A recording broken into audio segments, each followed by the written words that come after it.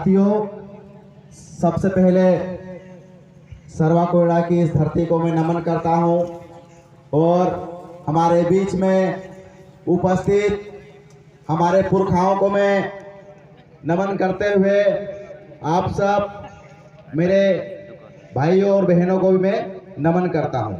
सबसे पहली बात साथियों, ये जो जन जागृति का प्रोग्राम है पिछले 1 तारीख से अनवरत रूप से अलग अलग जिलों में और अलग अलग ब्लॉकों में मनाया जा रहा है।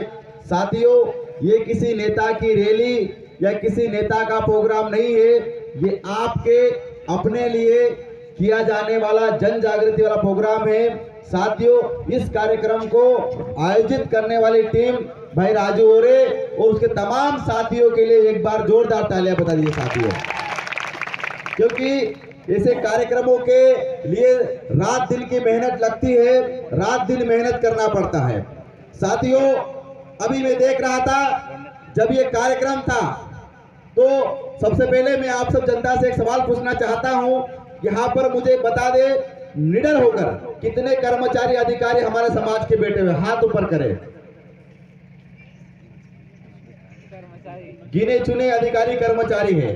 साथियों, ये बहुत दुख की बात है।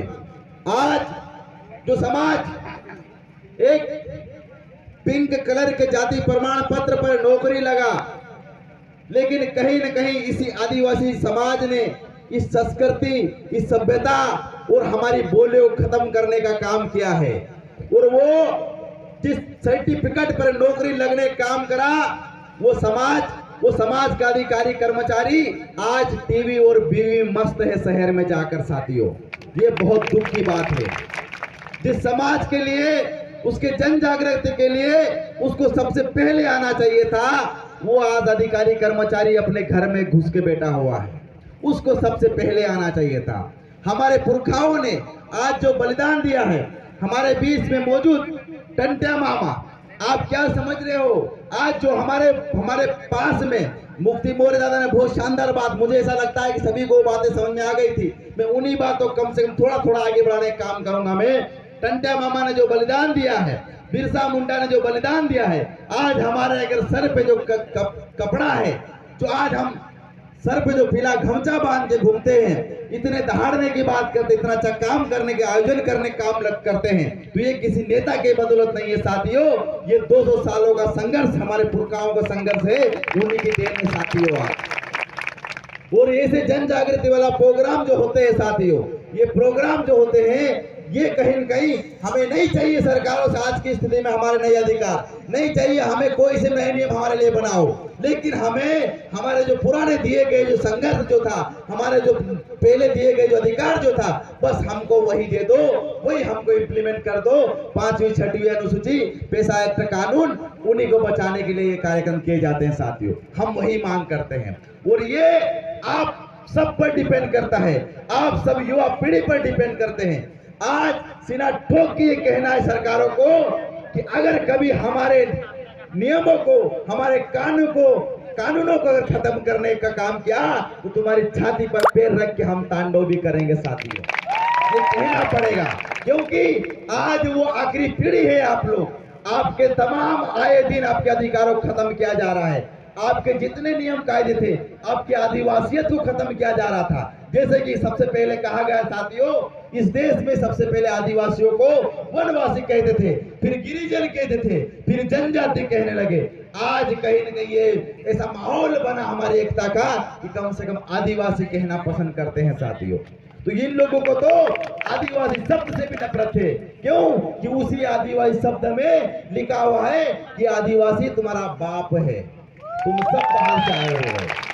तो इनको उसी आदिवासी शब्द में सबसे ज्यादा नफरत छिपी हुई थी साथियों। हम कहीं पर भी जाते हैं, हमें ऐसा आदेश होता है वहां से भी लोकल जो समस्याएं हैं। ऐसा मैंने सुना था कि यहाँ पर कहीं पर हमारी विधायिका महोदय भी बैठी हुई है। आज मैं उन विधायिका, बस ठीक है, मैं उस विधायिका महोदय से भी कहना चाहता हूँ कि पिछले वो उसी विधायिका की बात नहीं है, मैं तमाम 47 विधायक जो बने हैं, मुझे आप लोग बताइए वो 47 विधायक जो बने हैं, मध्य प्रदेश में 6 सांसद बने हैं, मैं आप सबसे जानना चाहता हूं वो विधायक और सांसद कौन से समाज के बने हुए हैं? मैं आप लोगों से पूछना चाहता हूं, कौन से समाज के हैं वो 47 विधायक, सांसद और यहाँ के विधायक कौन से समाज के हैं? आप लोग बताएं।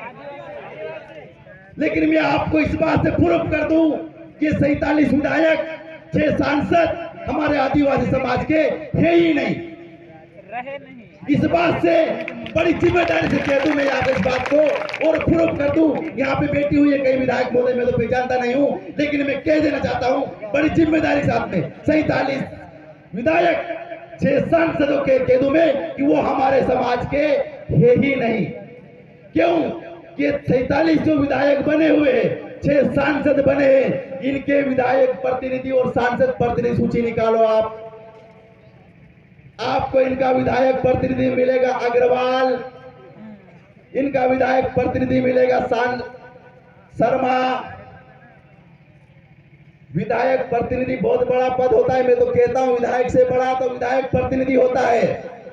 आपको हमने इसलिए चुना था, आप हमारे समाज में सबसे पहले विधानसभा में बात उठाएंगे हमारी। मैं यहाँ की विधायिका से भी पूछना चाहता हूं, आपने कितनी बार बेरोजगार युवाओं की बात रखी है वहां पे?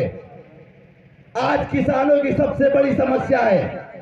विधायिका महोदय बताए, 47 विधायक बताए कितनी बार आपने आदिवासियों की बात रखी है संसद में? अरे तुम तो एक दिन का विश्व आदिवासी दिवस छुट्टी घोषित नहीं करवा पाए। ये आदिवासी शेरों ने पूरे 15 दिन तक विश्व आदिवासी दिवस मनाया। इसलिए हम कहते हैं कि हमारे जितने विधायक बने हुए भी हैं, सांसद बने हुए हैं, ये हमारे है ही नहीं। ये तो सिर्फ रबड़ स्टैंप बने हुए हैं, ये चलते हैं किसी और के इशारे पर, सिर्फ वोट मांगने आते हैं। अभी मैं रोड भी देख रहा था यहाँ पे, इन सब का मुख्यमंत्री हमारा मामा बोलता है अमेरिका से सबसे ज्यादा सड़कें हैं, अच्छी सड़कें हैं मध्य प्रदेश की। मैंने सोचा बीच में अमेरिका में इतनी अच्छी सड़कें हैं। शर्म आना चाहिए ऐसे मुख्यमंत्री जी को जो खुले आम झूठ बोलते हैं, पूरे झूठ बोलते हैं कि आदिवासियों को पता ही नहीं है। अरे ये सीना ठोक के कहते हैं सब जानता है, ये आदिवासी कुछ कह नहीं रहा है, शांत है, इसका मतलब ये नहीं कुछ कर नहीं रहा है। जिस दिन दिमाग खराब हुआ ना, तुम्हारी भोपाल में ये जयेश का और पीला गमछा लहरा देगा ये आदिवासी। हम सिर्फ अभी शांत है, चुपचाप बैठे हैं। अभी हम यही काम कर रहे हैं, जगाने काम कर रहे हैं कि आप लोग शेर हो, आप लोग जाग जाओ। इस देश के मूल मालिक है, जिसे मुफ्ती भाई ने बताया था, बहुत अच्छी बात बताई थी। आप लोगों ने उन बातों को भी ऐसे छोड़ दिया होगा, जैसे निकलते ना, एक सीढ़ी उतरी तो पहली बात का है, दूसरी सीढ़ी दूसरी बात। उनकी बातों को आपने नोट करके घर ले जाना था। उन्होंने कहा था आप इस देश के मूल मालिक हो। कितने आदिवासियों ने इस बात की नोटिस करा है? किन के घरों में लिखा है मैं इस देश का मूल मालिक हूं? अरे आप इस धरती को बचाने वाला आदिवासी हो, आखिरी कौम हो इस धरती की। घर में जाके लिख देना है दीवार पे ऐसा, मैं इस धरती का मालिक हूं, आप इस धरती के मालिक हो। आप बचे हो, ये धरती बची हो, और इसीलिए ये विश्व आदिवासी दिवस मनाया जाता है। आपको बहुत गंभीरता से ये बात लेना पड़ेगी। आपको पहले तो अपने आप में कहना पड़ेगा कि मैं इस देश का मालिक हूं। तभी तो आप पुलिस प्रशासन से भी सवाल कर सकते हो कि आईपीसी सीआरपीसी कैसे लगती है, हमको बताओ। हमारे गांव में बिना अनुमति के आप कैसे घुस जाते हो, हमको बताओ। अरे आपके ग्राम सभा के बिना अनुमोदन से एक पेड़ नहीं काटा जाता है, इस बात का नॉलेज आपको होना चाहिए। ये नियम है। अगर मुंह में आपको ऐसा लग रहा है कि लांडे मैंने बाज रही हूं, तो आपके सरपंच को जाके पूछना। जरा सा भी निर्माण कार्य होता है, ग्राम सभा का अनुमोदन के बिना वो काम नहीं होता है। ये तो आप लोगों को अनभिज्ञ किया जा रहा है, आपको बताया नहीं जा रहा है। ऐसे कार्यक्रमों का यही तो महत्व है, आपको बताने का कि आप कौन हो, आपको बार बार जगाया जाता है। साथियों, इससे पहले मेरे वक्ताओं ने कहा था, हमारे गोपाल सर ने कहा था कि आपके बच्चों को पढ़ाना, मैं हर मंच से कहता हूं, माता बहने पहले तो एक बार हाथ ऊंचा करे। नारी शक्ति आई है, नई क्रांति लाई है। नारी शक्ति आई है, नई क्रांति लाई है। जब तक सभी नारे हाथ नहीं उठाएंगे मैं यही नारा लगाता रहूंगा, नारी शक्ति आई है, नई क्रांति लाई है। इससे आगे नारा है, नारी शक्ति जागेगी सारी समस्या भागेगी। नारी शक्ति जागेगी सारी समस्या भागेगी। मेरी बहनों और भाइयों, एक अब दूसरी बात और लेके जाना यहां से, मैं हर मंच से बोलता हूं, ये एक रोटी भले ही कम खाना, भले दिवाली पे एक बार कपड़े कम लेना, लेकिन हमारे बच्चे को स्कूल जरूर भेजना मेरे भाई। क्यों? आपका बच्चा पढ़ेगा। अगर एक घर से एक व्यक्ति अगर नौकरी लगता है तो उस घर का कहीं पीढ़ियां सुधर जाती है। हम हमारे बच्चे को थोड़ा सा बड़ा होता है तो एक बोकड़ी ला के दे देते हैं कि जा बेटा अब बड़ा हो गया, अब जंगल में जा सकता, बकरियां चरा सकता है। आपका बेटा शेर हुआ है, वो बकरियां चराने के लिए नहीं हुआ है, वो शेरों को गले में पट्टे बांध कर घुमाने वाला पैदा हुआ है। इस बात को नोट कर ले लो। लेकिन उसको वो ज्ञान कब आएगा? जब उसको पढ़ाओगे, उसको शिक्षा दोगे, तब उसको वो ज्ञान आएगा। तो आप भले ही एक रोटी कम खाना, लेकिन अपने बेटा बेटी को जरूर स्कूल भेजना साथियों। इसी के साथ मैं अपनी बात को यहीं पर विराम दूंगा। एक नारा लगाना चाहूंगा, लड़ेंगे, जीतेंगे, आवाज दो, हमें, आवाज दो, हमें। ये तो नारा लगा, आवाज तो यहां से यहीं तक एक नहीं हो रहे हैं। सभी साथी ऊपर हाथ करके नारा लगाएंगे। नारा लगाना है, बोलना है, आवाज दो, हमें, आवाज दो। हमें।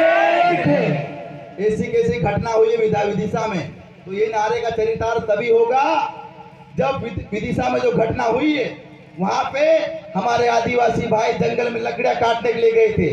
उनको फॉरेस्ट विभाग वालों ने गोलियों से भूनने का काम करा है, जिसमें 4 आदिवासी भाई घायल हुए हैं और एक आदिवासी भाई को मौत के घाट उतार दिया है इस मध्य प्रदेश की तानाशाही सरकार के सिपाहियों ने।